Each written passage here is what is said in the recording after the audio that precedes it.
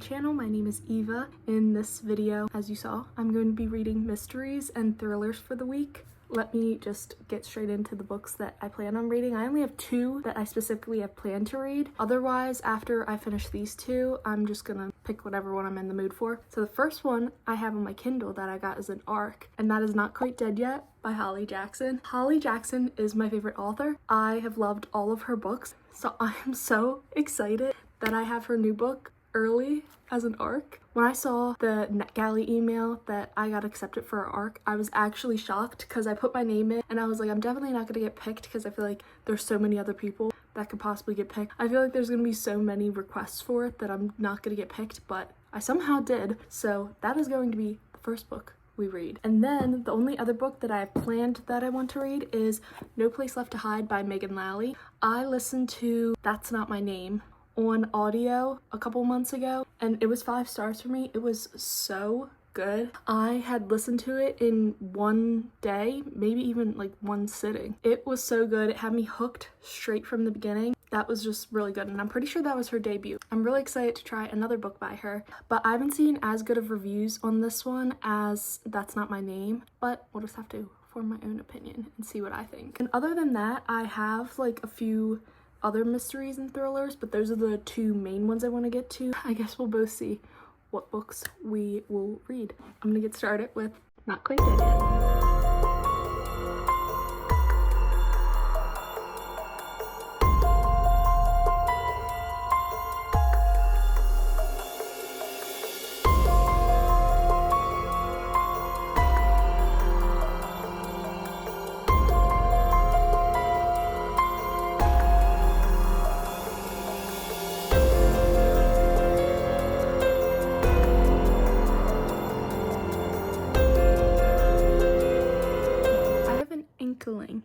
Of who did it. I'm not going to tell you.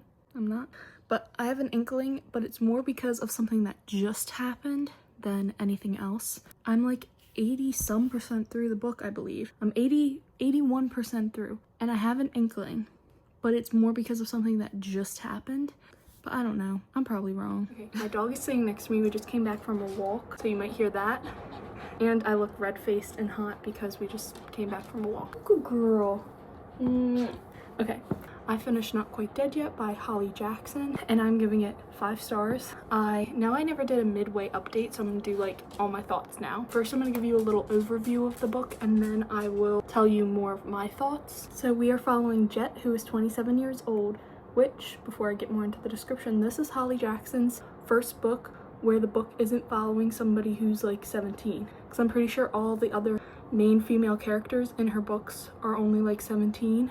Maybe even 16, 17, 18. Jet still doesn't quite know what she wants to do with her life, always putting everything off to later until she gets no more laters, because on Halloween night, after she gets home, somebody beats her in the back of the head with a hammer. Miraculously, she wakes up a couple days later, only to be told that she has an aneurysm in her brain that is just waiting to explode. While she's survived right now, she can either do a surgery that has a 10% chance of working, and that's being generous, to possibly save her, or she has a week left to live if she doesn't even try the surgery. So instead of choosing the surgery like her mom wanted her to, she decides she's going to use this week to finally do something with her life, as she says. By the way, that's not me saying that, that's her saying that. She decides to finally do something with her life, and she is determined to solve her own murder in the week she has left. She also gets help from her childhood best friend Billy, who clearly has a crush on her. So she's using her last week to live to figure out who murdered her, because even though she's not dead yet, she's not quite dead yet, she is going to die within a week from that, so it'll end up being a murder. This was just another great book by Holly Jackson. I think I said in the intro, Holly Jackson is my favorite author. This book was no exception. The only thing that I was a little put off about in this book is some of the medical jargon. It was very descriptive at parts and kind of like made you feel a little wobbly. I personally got past it, but like at first it was a lot to hear. And you might be thinking, why'd you give it a 5-star if you kind of felt weird reading that? Honestly, I wasn't that off put by it to lower my rating, and I still loved the mystery Of course, it was another twisty, turny mystery thriller from her. This is probably my 4th or favorite from her. I still like A Good Girl's Guide to Murder and the reappearance of Rachel Price better, I think. It was still so good. Besides the medical jargon making me feel a bit like wobbly and almost like also making my head hurt, Holly Jackson just knows how to write a gripping mystery thriller. For me personally, I know obviously not everybody agrees that her books are very gripping. I feel like with a lot of Holly Jackson's main characters, they're kind of like witty, and Jet has some dark humor, but like I like dark humor, so I didn't really mind, but she has some dark humor. And Jet throughout the whole book is trying to figure out who possibly wanted her dead. She's even thinking it could be her own family, like anybody is on the table. The air just turned on, so I hope you can still hear me. I did end up kind of guessing it near like 85% through, but I wasn't like, I'm positive it's this person. I just had like a little inkling after one thing. Hi, I'm doing a voiceover real quick to say this. I think that was done purposefully for the reader to figure out who did it before the characters actually figure it out themselves. It's still like all the things that came together to make it the person who did it. The reasoning I thought was just one thing that made me think it was the person, but when we got to the reveal, it was like so many little breadcrumbs left throughout the book that didn't really make you think about that person being the person who did it until like 85% through for myself personally. Again, it was another crazy twisty turny mystery by her, and I really loved it. This comes out July 22nd, I want to say. If it's not that, I'll put the date on the screen, but you should definitely go read it when it comes out. I really liked it, especially if you're a fan of other Holly Jackson books. You're also going to love this one. Anyways, now I'm going to read No Place Left to Hide by Megan Lally. I am nervous for this one because the reviews are very average. Like, either people didn't like it or they just thought it was average, so we'll see what I think, but I really like That's Not My Name by this author, so hopefully I also end up loving this book. Anyways, I'm gonna start this now.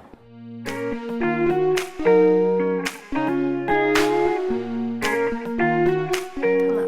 Okay, of course, right before I want to film this, the air comes on in my room, so you might be hearing that. I'm sorry, I can't control it, but I finished No Place Left to Hide by Megan Lally, and I know, I'm a terrible booktuber. I literally haven't updated. I don't even know if I filmed any clips while reading this, but I finished it. I basically read it within like a 24-hour time period, so good job me. Okay, well actually I guess I shouldn't say good job because I did listen to the audiobook for part of it. I couldn't get into this at first. I was like 30% in and I still didn't really care, and I didn't really care about the storyline, so I decided to get the audiobook from my library and read at least some of it like that, and I ended up reading like almost the rest of the book on audio. Even when I picked up the audio, I still wasn't into it right away. At the 50% mark, I like started to care all of a sudden. This is about Brooke. She is a senior at like a prep school, and everything matters on her family's image. She is a Goodwin. The Goodwins have an image to uphold of basically being perfect. Basically, right before senior year started, she had a party and somebody ended up dying. While the death was ruled accidental, people still have their suspicions about what happened, and she's being harassed. And now it's, I think, March, so we're following two different storylines. We're following the then time of the party in September and the now timeline of March or April when she finds out if she gets accepted into her dream college of Yale. Even though this incident happened at a party she was throwing, they determined the death as accidental, that nobody was at fault, that the girl just drowned. But there are people who don't believe that it was an accident. People believe Brooke had done something at this party or had a bigger play in her death than just throwing the party. People have been spam calling her and putting stuff on her car and doing all this different stuff to harass her because they're like, confess that you did something to this girl, and she's adamant she didn't do anything to her. So we go back and forth between the two timelines of the then and the now. And when harassing doesn't work for her to confess whatever they think she needs to confess, they decide to take a different approach. In the now timeline, somebody is not only harassing her and calling her and telling her to confess to what she did, they decide to take matters into their own hands and basically trail her and threaten her and try to run her off the road and do like all this different crazy stuff to get her to confess, and they're like threatening her and basically trying to kill her.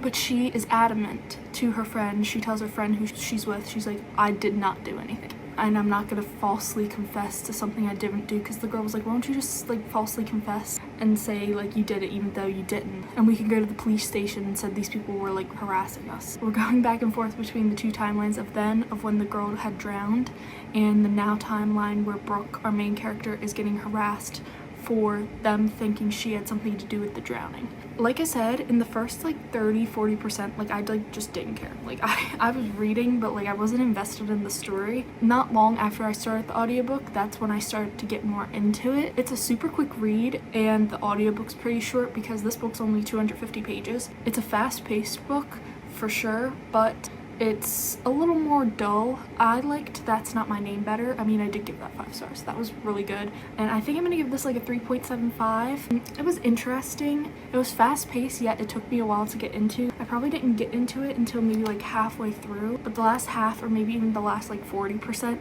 like I was hooked. I was like, what happened? I need to know. Yeah, definitely not as good as That's Not My Name, but I'm still glad I read it, and I'm definitely going to continue reading more books by Megan Lally that she comes out with in the future. I saw she has a book coming out in 2026, and I'll definitely be reading it, even though I have no clue what it's about. So I have decided, I remember I said in the intro I didn't know what I was going to read after Not Quite Dead Yet and No Place Left to Hide, but I decided I'm going to read Thieves Gambit by Kavion Lewis. I've seen almost nobody talking about this book. From the description, it sounds like it's going to be really, really good. So basically, all I know is that all these thieves are in a competition to win like some big prize. I think it was a wish, and it's very high stakes, and I'm very excited. I will come back to you. Hopefully I will update you this time for real.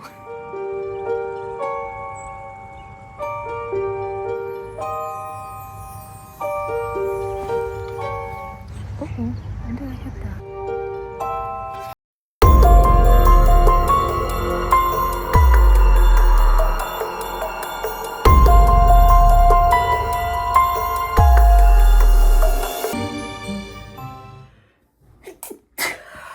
I'm just under halfway through Thieves Gambit. First, before I tell you my thoughts, I'm going to tell you a little bit about this. I've seen nobody talk about this. So we follow Rosalind Quest, aka Ross. She comes from a family of thieves. That is their lively work. She's 17, so she's grown up helping be a thief, I guess, and training to be in the family business. I mean, I think only her mom and her aunt are thieves. I don't think any of her grandparents are, but she doesn't have a dad because her mom used a sperm donor. So she just has her family, and she's never really had many friends because she was taught to not trust anybody except a Quest. And her family is known to be like really good thieves. I think they're known for being like the thieves in North America. They're hired to steal stuff, and then they get paid like a lot for it. Ross wants to go to this school to do a program with gymnastics in some other country, but her mom's like, no, you don't need to do that.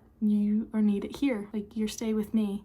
You can't trust anyone anywhere else anyway. Ross is not really happy with that because she wants to experience new things and try making friends in the world. One night when on a mission, she decides that she's going to leave and then send her mom a text. When they both go their separate ways for the mission, she's gonna leave and text her mom and be like, sorry, I really want to do this. Bye. But on the night of that mission, her mom gets kidnapped, and as she's leaving, she hears her mom get kidnapped, and she calls her mom's phone, and it's the captors. They say like they want $1 billion for her. Yeah, $1 billion for her because they're like rich already. So I feel like it's not really about the money anyway. So instead of going to that, she had gotten this email for the Thieves Gambit, which she wasn't going to go to because she wanted to go to this gymnastics thing. She didn't care about the gambit and had never heard of it, and she thought if she was from a family of thieves, she probably would have heard of it. But the person who wins the Thieves Gambit gets one wish. She decides to go into this gambit to get $1 billion to save her mom from being kidnapped. So that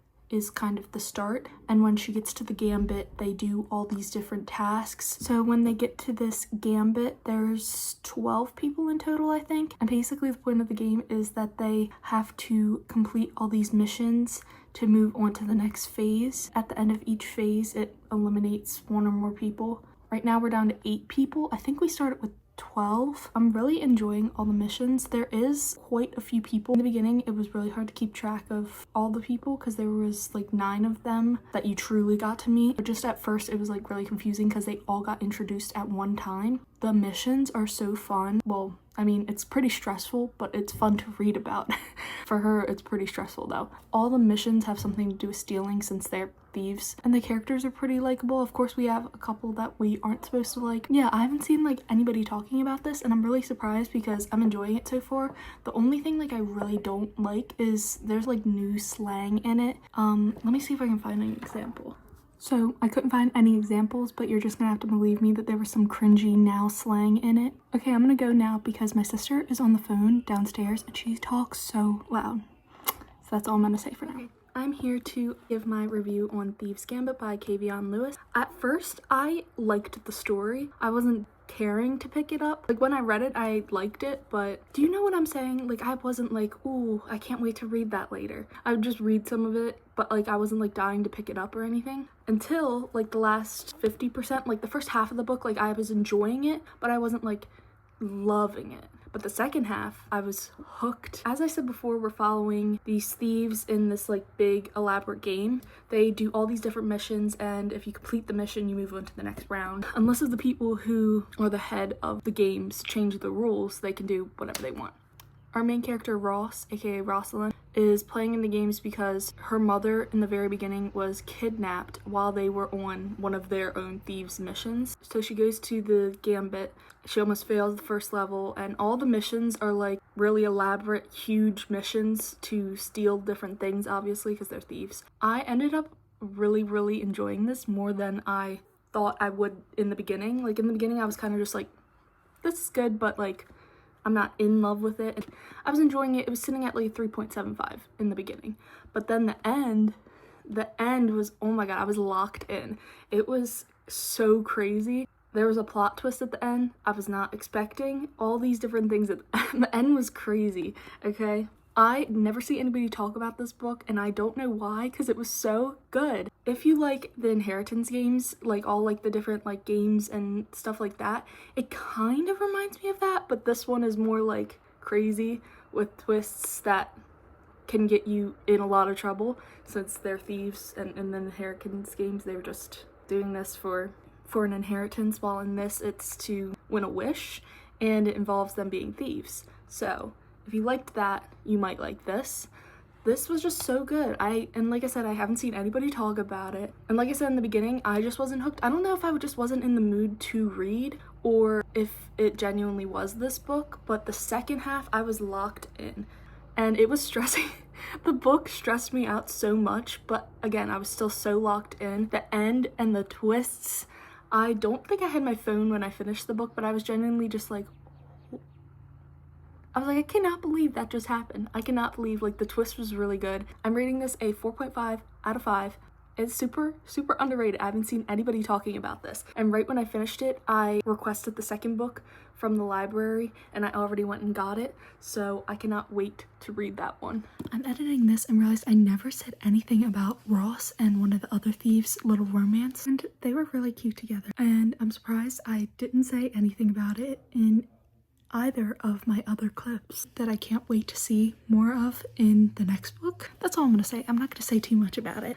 Anyways, back to past me. So to do a little recap, the first book we read was An Arc of Not Quite Dead Yet by Holly Jackson. I was so excited to get the arc of that. I still can't believe I had the arc of that. When I saw that my NetGalley request was accepted, I was actually so shocked. I love Holly Jackson. She's one of my favorite authors, and that book, 5 stars. I really liked it. The only thing I didn't like, and yes, it's 5 stars and I have something I didn't like, was the medical jargon almost like made you feel like kind of off kilter. The next book I read was No Place Left to Hide by Megan Lally.